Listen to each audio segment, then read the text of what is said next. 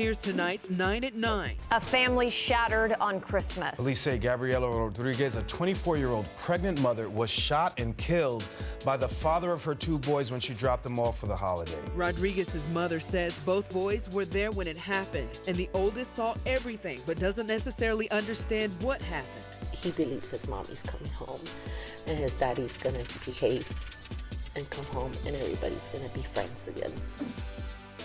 A Texas teen killed after crashing his car into a house. This happened about 20 miles east of the Woodlands. DPS troopers say the 19-year-old ran a stop sign, went airborne, and hit a tree before crashing into the home. Speed and alcohol are believed to have played a role.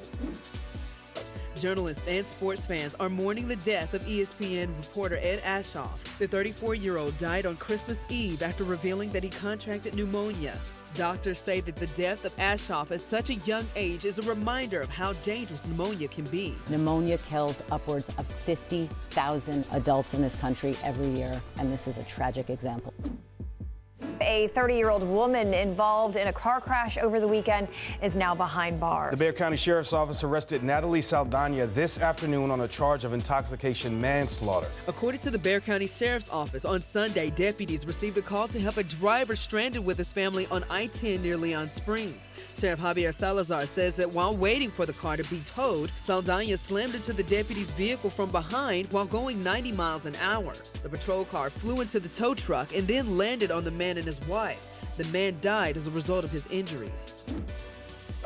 A car gets stuck in a narrow pedestrian lane in New York City. It was on a bridge that connects Brooklyn to Queens. The driver was gone by the time police got there. They likely left through the window since there wasn't enough space to open the doors. Officers are still looking for that driver.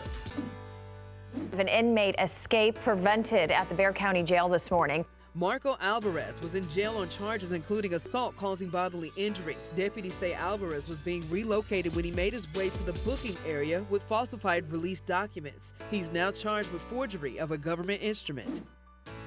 At least 2 people hurt in Switzerland after an avalanche hit a ski resort in the Alps. The avalanche was caught on camera. 6 people were rescued or were able to free themselves from the snow. A strip club is doing its part to help the homeless this holiday season. Las Vegas-based Deja Vu says they spent around $50,000 to provide tents for homeless people in different cities across the country. And while their act of kindness has drawn praise, it has also drawn criticism from parents because the club's logo is on the tents.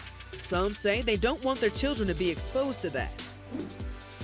A North Carolina couple mistakes a vacuum for a home intruder. They were in their bedroom when they heard a clatter coming from downstairs. They were so afraid they hid in the closet and called 911. When deputies arrived, they were quickly able to identify the culprit.